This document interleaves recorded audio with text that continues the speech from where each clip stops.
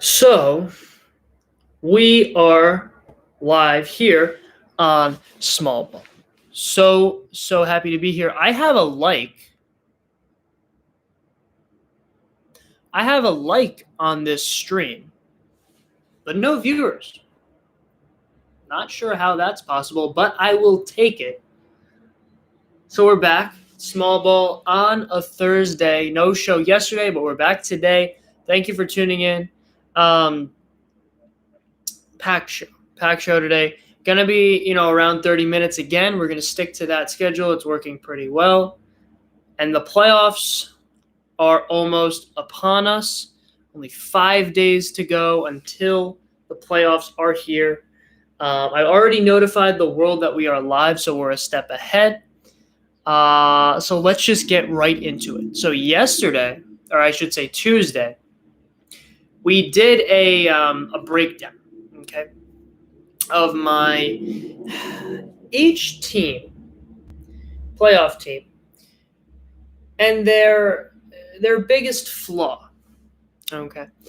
And then I ranked them, or I grouped them, I should say, based on how much I think it could hurt them in the postseason. So there was no big deal. There was cannot overcome it, and then somewhere in between. Okay, and I did that with the American League. Fortunately, I ran out of time for the National League. So today, I'm going to start the show with that segment. National League, the 8 teams that if the season were to end today would make the playoffs. I'm going to give you, in my opinion, their biggest flaw and how much it might hurt them in the postseason. Here we go. From 8 to 1.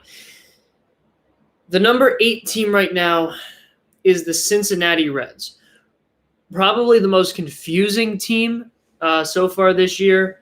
A lot of people, myself included, were very high on them coming into the season. They struggled early. I believe they've won like 11 of their last 13 games to actually put themselves in playoff position. If the season were to end today, they would make the playoffs. Big game tonight against the Cardinals to attempt to deepen the gap between them and the next team. It's not the Cardinals, actually. I was wrong about that. But anyway, I don't remember who they're playing. Anyway, the Brewers are playing the Cardinals. So the Cincinnati Reds, to me, and we talked a couple of days ago about the Brewers, fitting that they're both in similar situations right now. But let's think about this for a second. This is a young team, underperforming, inconsistent, okay? A franchise that historically is very, very strong. Last, I would say 10 years, not so much. So they bring in David Bell. And this is a roster with young talent. Nick Senzel, Aristides Aquino, Luis Castillo. Tyler Stevenson has become, after playing just 30 games in the major leagues, has become their starting catcher heading into the postseason. They add Castellanos. They add Mike Moustakas for veteran leadership and talent. They already have Joey Votto. All of a sudden, they look like a playoff team. Well, here's the problem. I don't think they're well coached at all. They bring in David Bell. They have underperformed, like I said. They bring no energy on the bases, no energy out of the bullpen. They're a mess in the bullpen. They added Archie Bradley at the deadline to help with that. And they have talent. I mean, this is where it gets – analyzing managers is difficult. This is one of the obvious ones for me. They have so much talent in the bullpen between Iglesias and now Bradley and Amir Garrett, but it's not pieced together properly. There's no definitive closer. It's a mess. And the Reds, this is a ridiculous stat that I saw the other day. I was looking at some stats heading into the playoffs. The Reds have bunted for a sacrifice bunt to move a runner a grand total of 2 times in 2020. They have 2 sacrifice bunts in 2020. 2. Literally 2. So David Bell's kind of going through the motions. I don't like the energy of the team, and especially for a young team that has the ability to make things happen on the base pass, to be aggressive, to, fresh young legs, right? They talk about that all the time, right? Sending runners, bunting guys over. David Bell isn't doing any of that, and he's holding them back, and they're not living up to their talent potential. So can they overcome it? No, because the last team to win with a subpar manager, I can't even tell you. They're going to face a treacherous road through the playoffs, likely starting with either the Dodgers or the Braves, both of which bring so much more energy, so much more activity on the base paths. And even if they are able to muster enough runs through the style of play that they've been playing, which is stagnant, which is, power centric, I don't think their bullpen is managed well enough by David Bell to get them past those teams that they'll have to face. So no, I don't think the Reds can overcome their coaching deficit, and I don't see them as a championship contender. The San Francisco Giants, number 7. This was a team that I said at the beginning of the season, one of my bold predictions was they will be the worst team in Major League Baseball. And why did I think that? Well, for one, they don't really have good players. That turned out to be fairly not true. But they're absurdly young and inexperienced. They're led right now offensively by a second-year player in Mike Yastrzemski and a rookie in Mauricio Dubon. They lose Madison Bumgarner, who is, the only semblance outside of Buster Posey who opted out of the season. So they no longer have him. But Madison Bumgarner has been a rock in the postseason, obviously, one of the best postseason, if not the best postseason performer of this generation. They lose him, no Posey. They're rotating rookie catchers in behind the plate, and they're led, like I said, offensively by Mike Yastrzemski, who had, I think, about 30 games last year, maybe he played, and Mauricio Dubon, who's a rookie. Can they overcome it? Yes, because we're talking about young guys, but they don't look or feel like an inexperienced team. I think a lot of that has to be credited to their new manager, Gabe Kapler, who I said was not going to work. I was seemingly wrong about that. And Mike Yastrzemski, who's pretty clearly the leader of this team, at least offensively and defensively, my defensive player of the year, to be quite honest, in the National League. His grandfather is a Hall of Famer. He comes into the league. There's no surprise there why he worked early, right? This is a young player, but a baseball pedigree. So just because, so like I talked about this on Tuesday, there's a difference between young and inexperienced. And we're talking Mike Yastrzemski. Mauricio Dubon was in the minors for a while. So this doesn't look or feel like an inexperienced team. I don't see them as a championship contender for other reasons. I don't think they're talented enough. I don't think their pitching staff is talented enough. But I will give them a shot because their biggest flaw is youth, but I think they can overcome it. The Miami Marlins.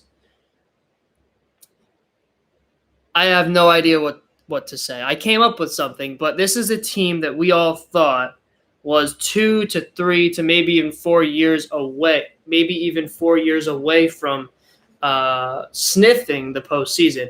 Now all of a sudden they're in the 6th spot. Personally, I don't actually think they're going to end up making the playoffs. Unfortunately, I would love to see it. But they face the Yankees for their final 3, a team that is playing for something. A lot of times at the end of the season, people look to see what teams are playing and see how easy their schedule is going forward. In reality, especially in baseball, it's way more important if the teams that they're playing are playing for something. Because I'd much rather face the Dodgers, who are coasting right now, than even the Cincinnati Reds, who are playing with all of their passion and heart.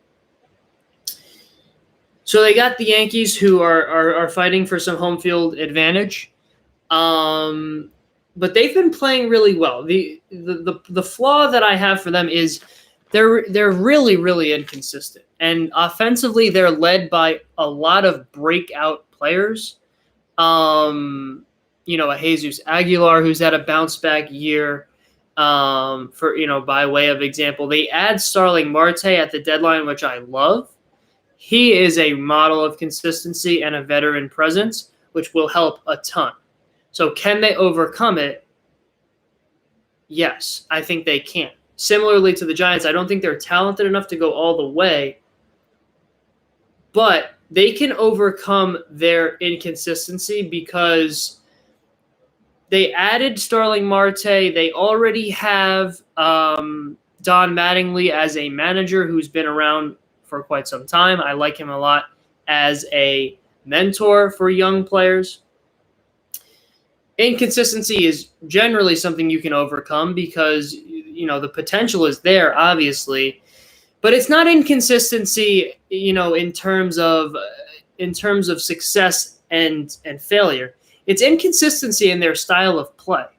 Like, I feel like sometimes they're power centric, sometimes they do a lot on the base pass, and Jesus Aguilar is sometimes a heavy hitter, and sometimes he diverts more to being a contact type guy. So they're very inconsistent. They've had big streaks, highs and lows.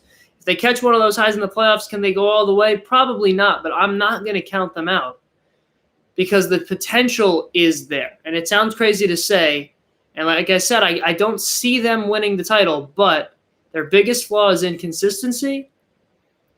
And with an experienced veteran manager, that is something that they could overcome, especially now with the addition of Starling Marte, who I predicted at the beginning of the year he was one of my 3 breakout players. And he hit 295 last year. So to break out from 295, obviously you got to be doing something good. Number 5, the St. Louis Cardinals.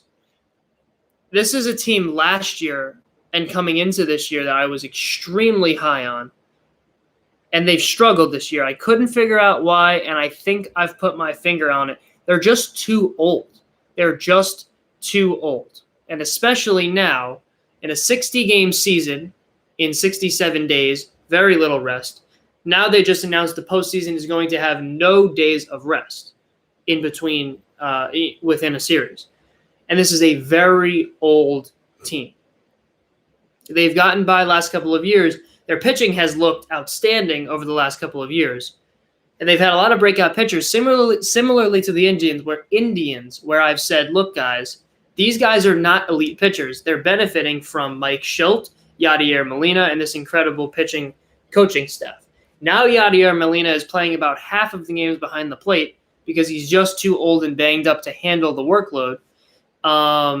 Mike Shildt, I think, is a good but not great manager. I think last year, coming off his Manager of the Year victory, I thought was a little overrated. And this year, now we see Jack Flaherty, for example, kind of take a turn in the other direction. I think Yadi is just getting too old. I think he was that good and that impactful on the Cardinals pitching staff that now that he's getting up there, not catching as much, these guys are taking a hit, which is something that I was very vocal about. And it looks like I was right. I don't think Jack Flaherty is an elite pitcher. I think now that Yadi, like I said, he's playing a lot of first. And this year, now that there's a DH in the National League, he's DHing a lot. In the postseason, they'll probably stick him behind the plate as much as they can. But is that even the right move? Because I don't think he could handle 7 games in a row behind the plate at this point in his career. Can they overcome it? Look, veteran experience is definitely not something that you hear of as being a concern going into the postseason often, but I don't think they can overcome it because they're very old. Molina, Goldschmidt looks old and slow and not the defensive player that he used to look like. Even this pitching staff is old. Like their rookie breakout player this year, Carlos Kwang Hyun Kim is 30, right? So it's just, I mean, it's an example of obviously coming over from Korea, but it's just an example of the type of team that they are. They are not an energetic, lively, fleet of foot team. And in baseball, we don't always recognize that as a concern, but I don't think that they have enough youth or energy to make it all the way. Number 4 is the San Diego Padres, which is a team that for a couple of years now, and definitely heading into this season, I have been critical of. I have not been too high on them, but I have to give them credit for what they've done this year. And Jace Tingler, I said this a couple days ago, Jace Tingler is my manager of the year. When they hired him, I didn't know a lot about him. I did a lot of research, and I thought that it was going to work. He is the perfect manager for, in my opinion, the most difficult team to manage in the San Diego Padres, with all of your stars practically being young and, large personalities and an inconsistent bullpen. He has done everything perfectly, I think, this year, and that's why they're in the position that they are in right now. I still don't see them as a championship level team. I'm not sure why. I mean, it's kind of, I almost feel a little bit biased, but the one flaw that I think could hold them back a little bit is that they're too dependent on their star players. And by star players, I pretty much mean Fernando Tatis Jr. When he struggles, they struggle mightily. And they're not very deep. They're not very diverse as a lineup. They all have similar styles of play. And I just think that if he struggles, which he has been recently, I think he's won for his last 15, if I'm not wrong about that. When he struggles, they struggle. I don't know if it's because he's that important to the lineup. I think more it's a question of the energy that he brings to that franchise. And obviously Jace Tingler has something to do with that, but he is such a spark plug in that lineup that I think that has something to do with it as well. So I think they're too dependent on him.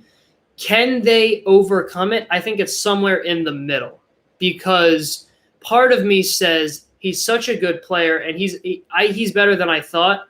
I underappreciated his talent as a prospect. He's such a good player, and he is such a mature player. His dad, of course, was a big league player, that I don't see him having a horrible postseason, but he is young, and they don't, like I said, have a lot behind him. And I feel like he's a candidate to struggle against better pitching, right? Because he has a long, big, heavy swing. And, we've talked about this on numerous occasions with the Dodgers, with a couple of the Yankees players. I'm not going to name any names, but it's a situation where baseball is the sport, in my opinion, where you need balance all over the roster, and they don't have that. So I think it's somewhere in the middle. I'm not sure. I'm going to pause this segment to answer a question that I just got, that I take live questions. Coincidentally, I was actually going to have a Q&A after this segment. So yes, if you have questions, as soon as I'm done with this segment, please ask them, and I will do my best to give you some answers. But wait till I'm done with this segment, and then we'll get right into that. Resuming this segment, number 3 is the Chicago Cubs. Okay, this is a team who has, since their 2016 championship, has fallen off a little bit, just a little bit, and they've seemingly bounced back this year. Why? Well, I think it's pretty obvious. They have finally an ace, like they did in 2016. Yu Darvish has been a Cy Young candidate, if not frontrunner this year. I think he would be my pick for the Cy Young. And I think that they are back in business. They still don't feel like a championship team to me on the surface, but when I really look into it and do a deep dive on their full roster, they have a legitimate shot. The flaw that I have for the Cubs is an interesting one. And I'm going to talk about this a little bit more later, but this is a team that's predicated, not only this year, but for 5 to 7 years, on energy, excitement, led, of course, by Javi Baez, right? This is a team that is, just like I said, predicated on moving guys around, right? Energy. They just feel like they shine in big moments. So their biggest flaw to me, the biggest problem with the Cubs that I have this year, is that there's no fans. Honestly, that's I think their biggest concern right now. They're not going to be able to play in front of any fans. And this year, they've actually managed to withstand that. But last year, they didn't make the playoffs, although they were 51-30 at home. They're such a good home team. Once they get past the first round, if they do, they'll be in a bubble. So they were only 4 teams last year had more home wins than the Chicago Cubs, and they missed the playoffs. So they are a tremendous home team, and from the division series on, they will be in a bubble. So I think that significantly hurts them. Talent-wise, another flaw that I think is worth mentioning, and I know I said I'd keep this to 1, but Yu Darvish, like I said, now their ace, was dismal in the 2017 World Series. So that's something to look out for as well. He did not come to play in 2017 as a member of the Dodgers. Seems like he's figured something out, so that's a good sign for sure. But that's worth mentioning as well. Can they overcome having no fans in the crowd? I'm not sure. I think it's somewhere in the middle, right? Because there's a lot of talent here. They've overperformed this year. They seem to be back to their full selves, but they just don't have that X factor that they did in 2016. And I think a lot of that has to do with no fans. The Atlanta Braves. There's not a lot you can say negatively about the Atlanta Braves. I have been on this train for years now.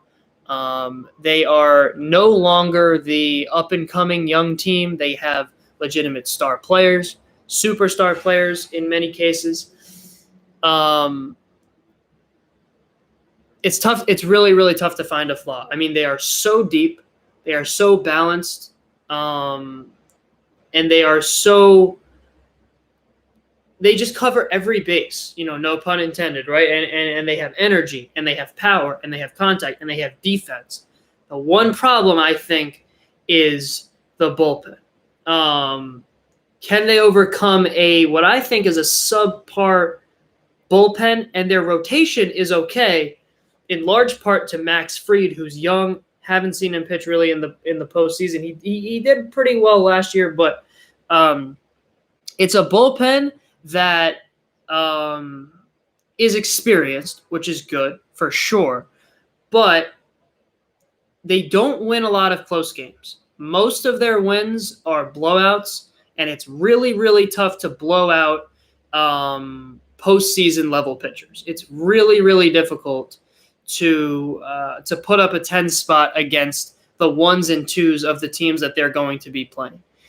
And they do not win a lot of close games. They should have won last year against the Cardinals in the division series. They were much more talented, and they could not get it done. They could not get the big hit when they needed it. They could not get the push offensively or defensively when they needed it in big spots, and completely folded in Game 5. So is the bullpen good enough to hold on to the tremendous offensive and defensive talent that they have? Yeah, I think it could be. I don't think it's a big deal. I definitely think they're a championship contender. And I think that their offense needs to play like we know they're capable of to get it done, because they're not getting bailed out by the bullpen, that's for sure. And I think now is the year that they certainly could do that. But they are still a little bit young. And I do think that at times the offense is going to have to carry the pitching, especially once they get to the back end of the rotation, and the bullpen obviously is what it is. But I don't think it's a big deal. They are an absolute championship contender. And now finally, the Los Angeles Dodgers. I've said this for about 4 years, that their absolute biggest flaw and the reason why they will absolutely not win the championship is they are so static offensively, and there is zero diversity. Every single time I watch a Dodgers game until this year, I'm like coming in and out, right, of the room. I turn on the TV, and I'm like, oh, Cody Bellinger's up again. I thought he was just up, and now, but every single one of their hitters looks exactly the same. A big, tall, uppercut, left-handed hitter. There's no balance.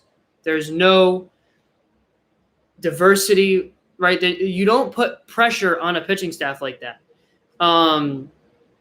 especially in the postseason when you're facing a dominant left-handed pitcher. But now they add Mookie Betts.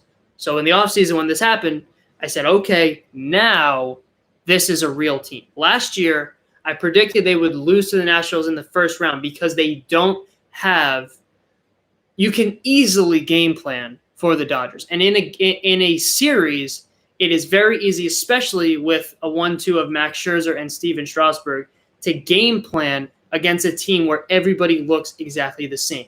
Now, Mookie Betts is one player, but he brings the ultimate balance. He covers every single flaw that they have, right? They're too power heavy. He brings contact. They're not excellent defensively. He is excellent defensively. They're too left-handed heavy. He's a right-handed hitter. They don't have enough speed. He's been leading off for them this year and getting it done on the base paths as well. So does he bring enough balance? Does one player bring enough balance to make them a championship favorite? I don't see them as the favorite, but they are absolutely a contender.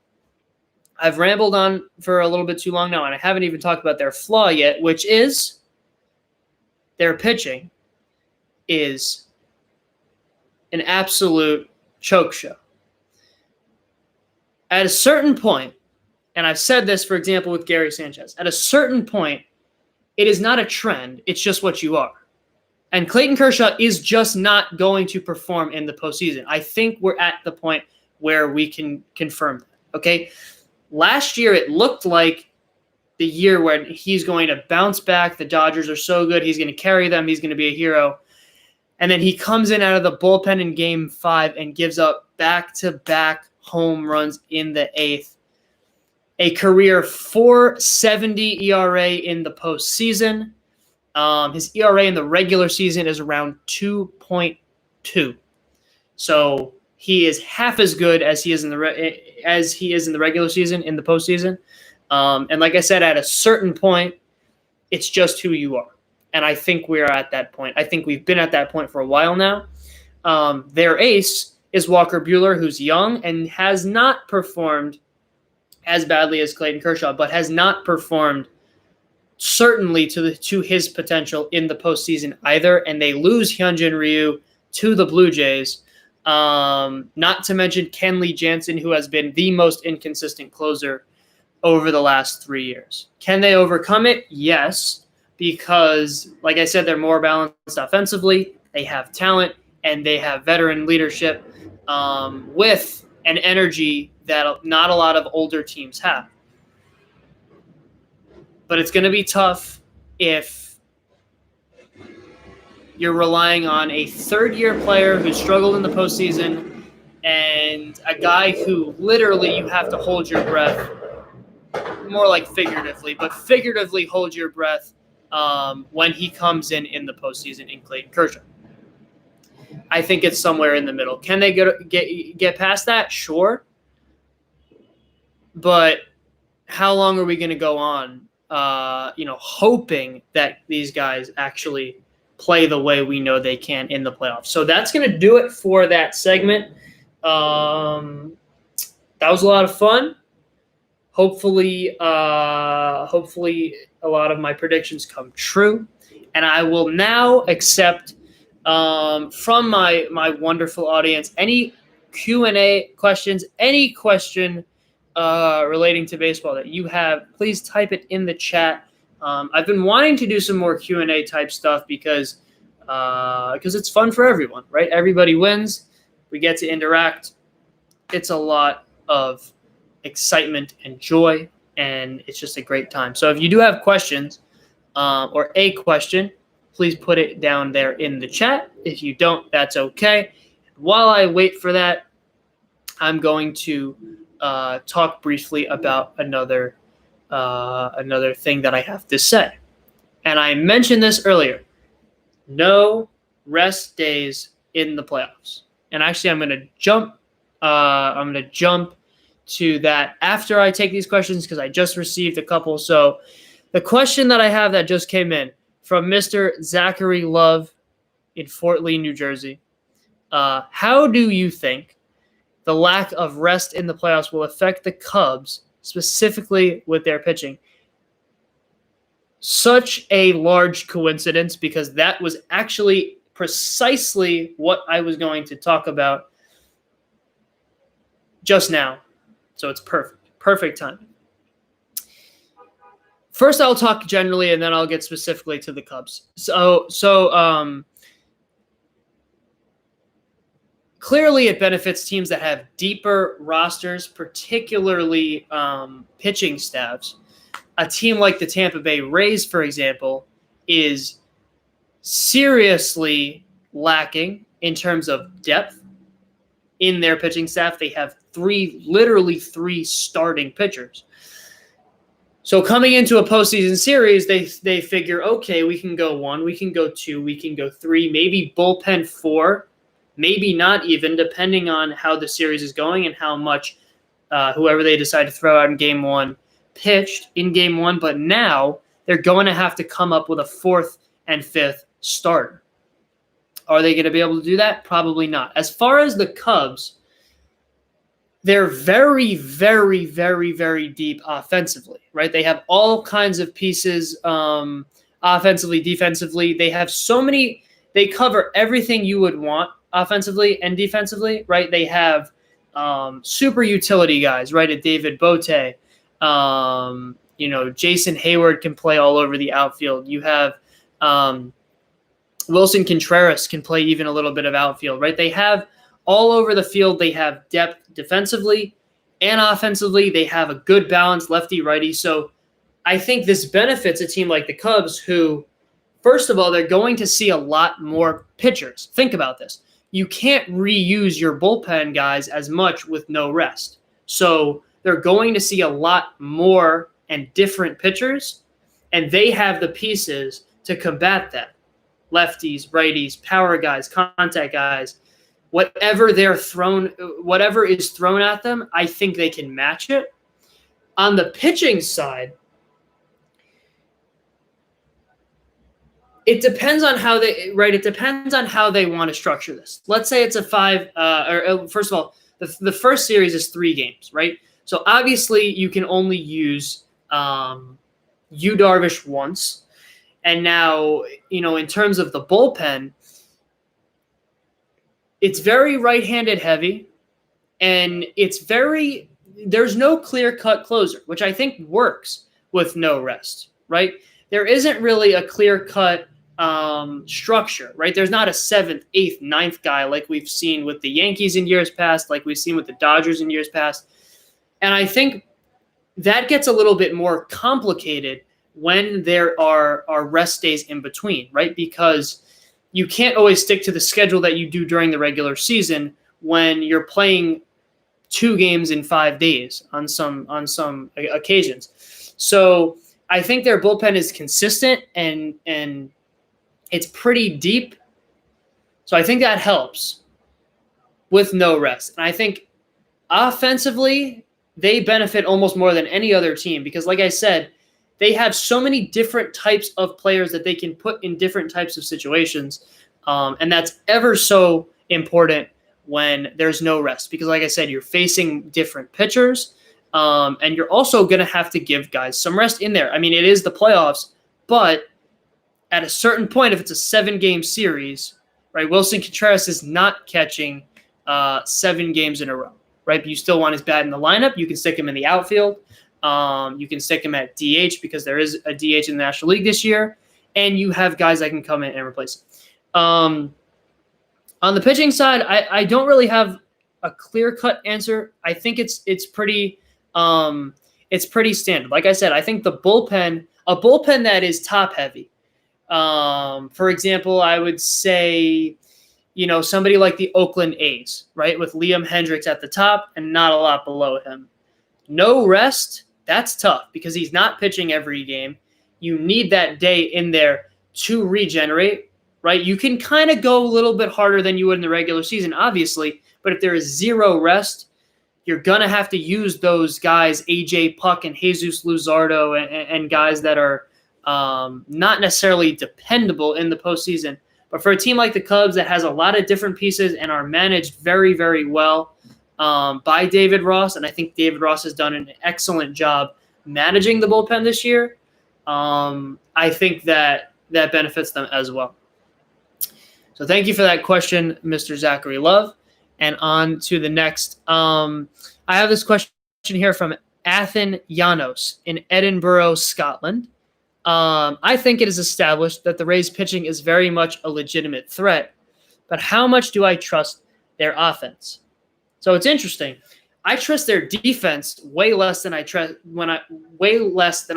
either their offense or their pitching. I think their defense is going to implode. I mean, think about their defense. Obviously, Kevin Kiermaier in center, right? But that's on the surface. That makes them seem like a good defense. We're talking about the corners being Hunter Renfroe and a Yandy Diaz. G-Man Choi at first is not the most fleet of foot. Mike Brasso at third is offensively centric. Behind the plate, Mike Zunino actually leads the league in passed balls and is third in wild pitches. So they're just not a good defensive team. Offensively,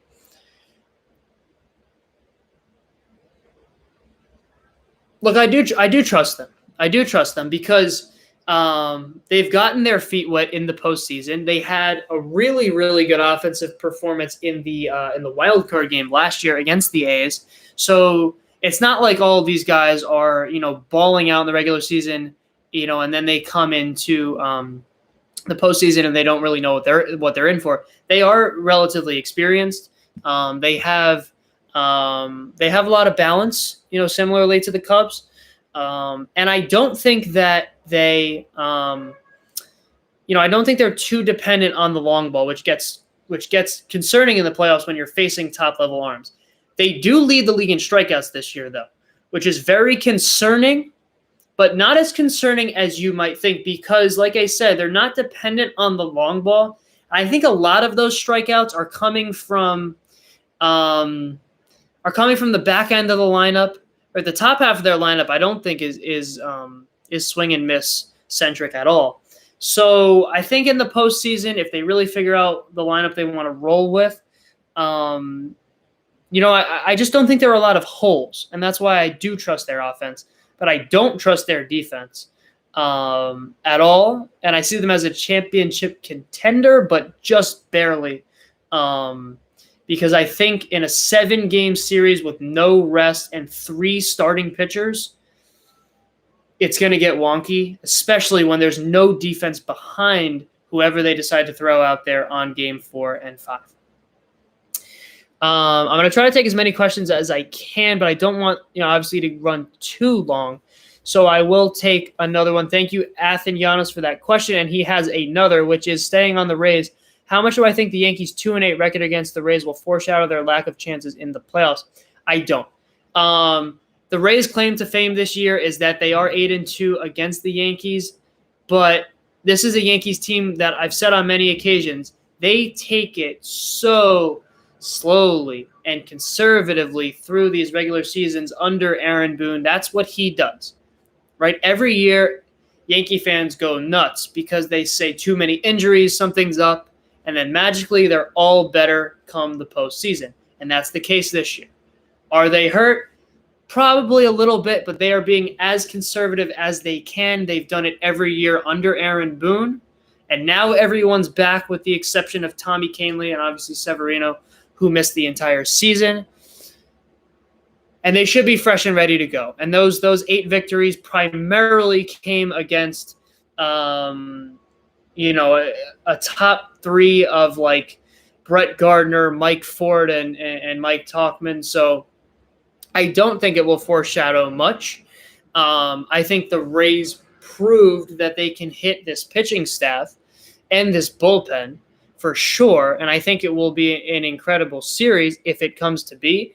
As of right now, they would play in the second round if both teams advance.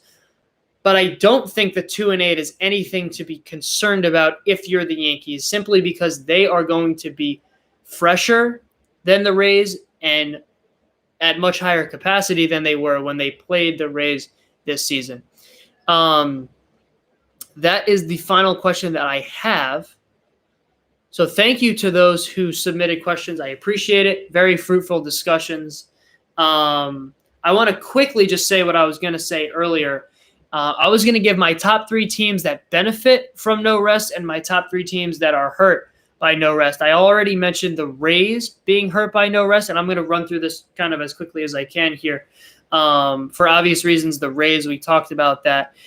Teams that can benefit for sure. The Chicago Cubs, that was one that I had because they are so balanced offensively. Similarly, the Atlanta Braves, so deep, so balanced.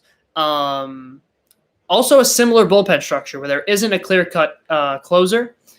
Another team that I think tremendously benefits is the New York Yankees because, like I said, they are fresh. They are one of the underrated benefits to their injuries this year is that they are fresh. They're ready to go. A lot of their players didn't have to play 60 games in 67 days. So they're rested. They also have an incredibly deep bullpen, which obviously 7 games in 7 days, that is vitally important. A team that I think can struggle with that, like I said, is the Oakland A's because their bullpen is not deep. They are extremely young. They're going to have to reuse guys that I don't feel comfortable with in the postseason. The Los Angeles Dodgers, I think, also are in for a rough 7 days because their bullpen is not deep. Their pitching staff is incredibly thin, especially when the top 2 guys are not guys that you can count on. And after that, we're talking rookie Dustin May. We're talking second-year Julio Urias, who has been incredibly up and down. We're talking rookie Tony Gonsolin, who's been a reliever for his entire career. So I don't know. I think that if they're able to throw Buehler maybe even 3 times in a 7-game series, that could even work. But obviously, with no rest days, that is not really possible. So yeah. So thanks so much for tuning in. This was an awesome show. It went a little long, but a lot of fun today. We covered a lot. Thank you to our viewers who submitted questions. Really appreciate that. Thank you for everybody who tuned in. Drop a like, drop a subscribe, drop a comment. Any questions you have for me. If you send me questions, by the way, on my channel, I will obviously do my best to talk about them in my next show. We might do a show tomorrow, actually. It would be our first Friday show in small ball history. I'm not sure yet. I will get back to you on that. But thank you so much for tuning in. Like, subscribe, comment, recommend to anyone that you think might enjoy the show. Have a healthy, happy, and safe rest of your Thursday. And if I don't see you if you don't see me over the weekend, which I doubt because I'm definitely gonna try to get a show in over the weekend before the playoffs start. But if I don't, have also a happy, healthy, and safe weekend. Thank you for tuning in. It was a lot of fun. So have a good one. Back at it. Probably tomorrow. We'll see. I'll let you know. But peace.